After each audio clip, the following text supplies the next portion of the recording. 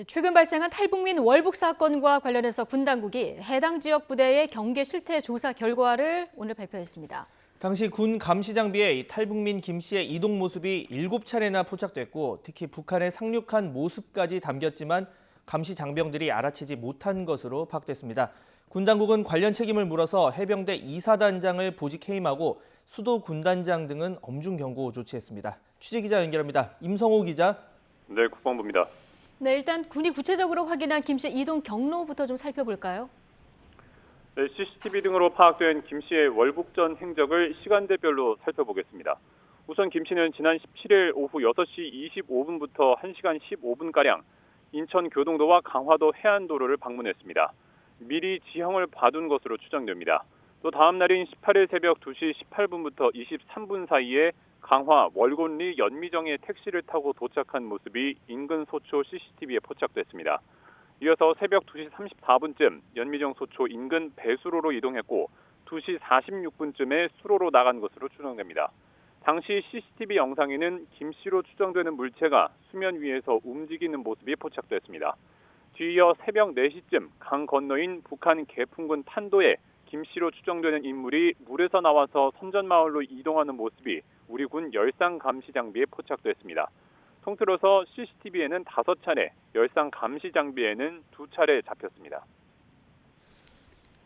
네, 우리 군 장비에 7차례나 포착됐다는 합참 조사 결과를 보면 김 씨의 월북 조금만 신경 썼으면 미리 막을 수 있었다 이런 얘기 아닙니까?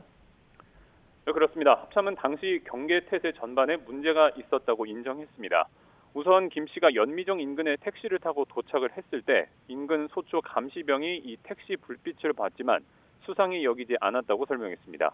또 김 씨가 탈출할 때 이용한 배수로도 내부에 설치된 수직 철근과 바퀴형 철조망이 오래돼서 보통 체구인 사람이 충분히 밀고 빠져나갈 수 있었던 상태였습니다.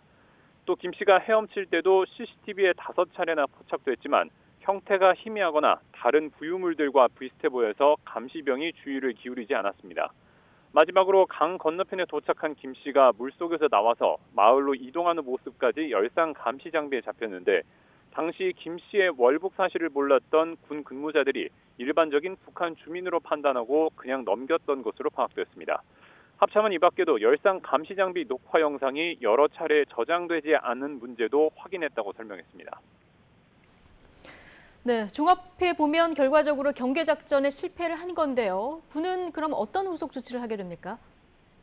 네, 우선 문책성 인사를 예고했습니다. 지휘 책임이 있는 해병대 사령관과 육군 수도 군단장에게는 엄중 경고 조치하고 또 해당 지역 부대인 해병대 2사단의 사단장은 보직 해임하기로 했습니다.